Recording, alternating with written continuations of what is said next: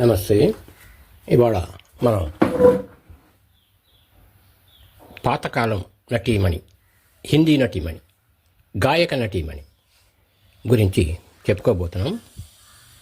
స్వర్గంలో ఉండి రంభ ఊర్వశులు పాడినట్టు కనపడితే ఆ స్థాయి అందగత్తెలు మధురమైన తేనె గొంతుతో పాడితే ఆమె సురయ్య అవుతుంది. అవును, సురయ్య గురించే మనం ఇవాళ చెప్పుకోబోతున్నాం. మనలో చాలామంది కాలానికి సంబంధించింది కాదు ఆమె. అయితే పాతతరం నటీమణి, గాయని అయిన ఆమె పేరు లేనిది హిందీ సినిమా చరిత్ర పూర్తి కాదు. సురయ్య అసలు పేరు సురయ్య జమాల్ షేక్. ఆమె పాడటానికి, నటించటానికి ఎటువంటి శిక్షణ పొందలేదు. అయినా 2 దశాబ్దాలు హిందీ సినిమా చరిత్రలో ఆమెదే సుస్థిరమైన స్థానం. ఆమె తండ్రి ఫర్నిచర్ షాప్ నడిపేవాడు. సురయ్య 1929లో పాకిస్తాన్లోని గుజ్రాన్వాలాలో పుట్టింది. వీళ్ళు తర్వాత లాహోర్ చేరారు. సురయ్య తల్లిదండ్రులకు ఒక్కటే బిడ్డ. ఆ తర్వాత కొంతకాలానికి తల్లి తన భర్త యొక్క ఇష్టం లేకున్నా సురయ్యని తన వైపు బంధువుల్ని తీసుకొని బొంబాయి చేరింది. బొంబాయి జేబీ పెటిట్ స్కూల్లో సురయ్య చదువుకోసాగింది. ఇంట్లో పర్షియన్ నేర్చుకునేది. సురయ్య రేడియోలో పిల్లల కార్యక్రమాల్లో పాడుతూ ఉండేది. ఆ సమయంలో రాజకపూర్, మదన్ మోహన్ ఆమెకి బాలమిత్రులుగా ఉండేవాళ్ళు. వాళ్ళు కూడా రేడియో కార్యక్రమాల్లో పాల్గొనేవాళ్ళు. 1936 నాటి మేడం ఫ్యాషన్ అనే సినిమాతో ఆమె బాలనటిగా సినీ రంగ ప్రవేశం చేసింది. అది ప్రముఖ జద్దన్ భాయ్ తీసిన సినిమా. తనకి మేనమామైనటువంటి జహూర్ సహాయంతో సురయ్య 1937లో ఉస్నా క్యా సోచా అనే సినిమాలో బాలనటిగా కనపడింది. మేనమామతో షూటింగ్కి వెళుతుండేది స్టూడియోకి అప్పుడప్పుడు. ఆ సమయంలో ఆమెను చూసిన వకీల్ అనే దర్శకుడు ఆమెని తన తాజ్మహల్ చిత్రంలో చిన్నప్పటి ముంతాజ్గా వేయించాడు. 1942లో నయా దునియా సినిమాలో బూట్ కరూమై పాలిష్ బాబు అనే పాటని తొలిసారిగా ఆమె పాడింది. ఆమె పాటలు విన్న నౌషాద్ 1942లో శార చిత్రంలో పాడే అవకాశం ఇచ్చాడు. చిన్నపిల్ల కాబట్టి స్టూల్ మీద నిలబడి పాడేది ఆమె ఆ పాటల్లో. ఆ పాట పంచీ బా అనే పాటది.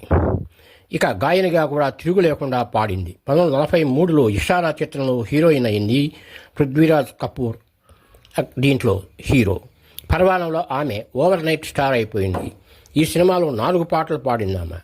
నౌషాద్కి 50కి పైగా పాటలు పాడింది. నౌషాద్ ఆమెని ఎంతో ప్రోత్సహించేవాడు. 1945లో వచ్చిన తాడ్బీర్ ఆమెకు మంచి పేరు తెచ్చింది, బ్రేక్ ఇచ్చింది. కేఎల్ సైగల్ ఆమెను బాగా ఉత్సాహపరిచాడు. సామ్రాట్ చంద్రగుప్తలో 16 ఏళ్ల వయసులో ఆమె పాడిన పాట ఆయనకి చాలా నచ్చింది. తనతో ఖయాం, పరవానా సినిమాల్లో ఛాన్స్ ఇచ్చాడు. పరవానా సినిమాయే సైగల్ చివరి సినిమా. ఆ కాలంలో వెండితెరపై వెలిగిపోతున్న నూర్జహాన్, ఖుర్షీద్ బాయ్ వీళ్ళిద్దరూ పాకిస్తాన్కి వెళ్ళిపోవడంతో సురయ్యకి బాగా కలిసి వచ్చింది.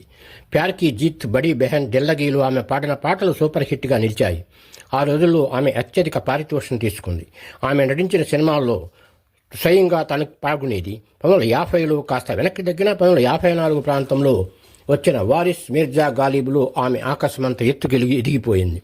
1936 నుండి 1963 వరకు ఆమె గాయనికి, నటిగా తిరుగు లేకుండా పోయింది. ఆమె ప్రతిభ గమనించిన బాంబే టాకీస్ అధినేత్రి దేవికారాణి నెలకి $500 వేతనంతో 1943లో కాంట్రాక్ట్లోకి తీసుకుని హమారీ బాత్ సినిమా తీసింది.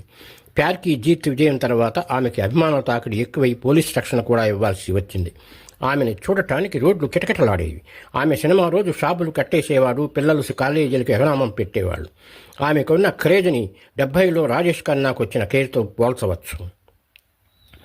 ఆమెని మాలికా హుస్ను, మాలికా ఈ అదాకరి, మాలికా ఈ తరుణం అని ప్రస్తావించేవాడు. అంటే అందాల రాణి, అందాల గాయని, అందాల నటీమని అర్థం. ఆమె నటించిన మిర్జా గాలిబ్ని చూసి నెహ్రూ గారు గొప్పగా మెచ్చుకున్నాడు. దాంట్లో ఆమె ఒక వేశ్య పాత్ర వేసింది. దానికి జాతీయ అవార్డు కూడా వచ్చింది. ఆమె నటించిన దిల్లగీని ధర్మేంద్ర 40 సార్లు చూశాడట. సురయ్య ధర్మేంద్రకి అత్యంత ఇష్టమైన నటి. తర్వాత ఆసిఫ్, దిలీప్ కుమార్లు తనతో సరిగ్గా వ్యవహరించలేదని జానవర్ సినిమాలో నటించడం మానేసింది. అంత ఆత్మాభిమానం గల నటి ఆమె. ఒక ప్రఖ్యాత హీరోని, దర్శకుడిని ఎదిరించడం సామాన్య విషయం కాదు కదా. ఆమె 70 సినిమాలు చేసింది. తన కెరీర్లో 340 పాటలు పాడింది. ఆమె ముఖ్యమైన సినిమా తాడ్బీర్ వారిస్, ఇషారా, ఫూల్, అన్మోల్ గడి, ఓమర్ ఖయాం, పర్వానా, దర్ద్, షాయర్, దాస్తాన్, అఫ్సర్, దివానా, బిల్వమంగల్, మిస్టర్ లంబు, మీర్జా గాలిబ్, ప్యార్కీ జీత్, విద్య లాంటివిగా చెప్పుకోవచ్చు. ఇంకా అనేక పాటలు ఆమె సినిమాల్లోనూ తన ఇతర సినిమాల్లోనూ కూడా ఆమెని గాయనిగా కూడా చిరస్థాయిగా నిలబెట్టాయి. ఆమె చివరి సినిమా 1960 నాటి రుస్తుం సహరాబ్. ఇక వ్యక్తిగతానికి వస్తే ఆమె వంటి సౌందర్యరాశిని పెళ్లాడటానికి నటుడు ఇఫ్తేకర్, రెహమాన్, సాదిక్ లాంటి వాళ్ళు పోటీలు పడ్డారు. కానీ విధి వేరే తలిచింది. అదేమిటంటే సురయ్య దేవానందల ప్రేమ కథ. 1948లో విద్య సినిమా షూటింగ్ సమయంలో సురయ్య దేవానంద ప్రేమలో పడింది. వారిద్దరూ 7 సినిమాల దాకా నటించారు. ఒక షూటింగ్లో ఆమెను రక్షించాడట కూడా దేవ్. సురయ్య హాలీవుడ్ నటుడు గ్రెగరీ పెక్ అంటే ఎంతో ఇష్టపడేది. సురయ్య సంతోషం కోసం దేవానంద్ అతని మేనరిజమ్స్ తన నటనలో చూపేవాడు. 4 ఏళ్లు అంటే 1948 నుంచి 51 వరకు వీరి ప్రేమ కొనసాగింది. సురయ్యని ఆయన నోసి అని ముద్దుగా పిలిస్తే దేవానందని ఆమె స్టీవ్ అని పిలుచుకునేది.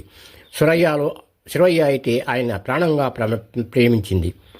అతనితో గడపడానికి పాటలు కూడా పాడటం తగ్గించింది. జీత్ సమయంలో లేచిపోయి గుళ్ళో పెళ్లి చేసుకుందామనుకున్నారు వారు, ఇతరుల టెక్నీషియన్ సహాయంతో. అయితే ఇది గిట్టని వ్యక్తి ఎవరో సురయ్య అమ్మమ్మ బాద్షా బేగంకి ఒప్పందించాడు. ఆమె, సురయ్య తరఫు వాళ్ళు, ఆమె వీళ్ళంతా కలిసి రంగంలోకి దిగి ఆ పెళ్లిని ఆపేశారు. సురయ్యకి ఆంక్షలు విధించారు. వారి ఇబ్బంది ఏంటంటే మతం. సురయ్య ముస్లిం, దేవ్ హిందూ.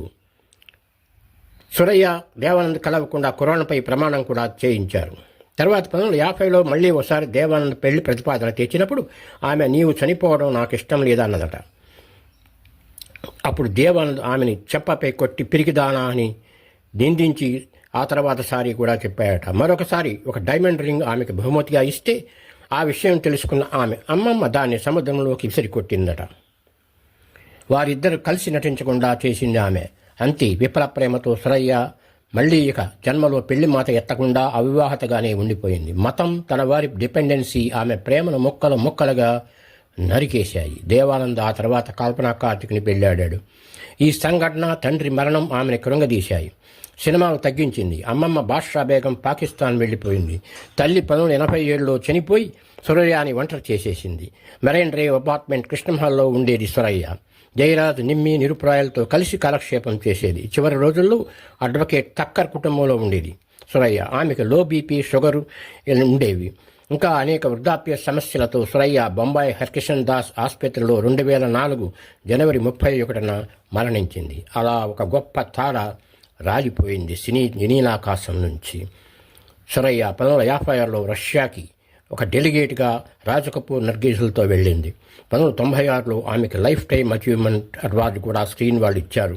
2013లో భారత ప్రభుత్వం ఆమె పేరిట గుడ్ పోస్టేజ్ స్టాంప్ కూడా విడుదల చేసింది. విన్నారు కదా సురయ్య ఒక అద్భుత కథనం. ఈమె జీవితం ఒక గొప్ప పాఠం అందరికీ.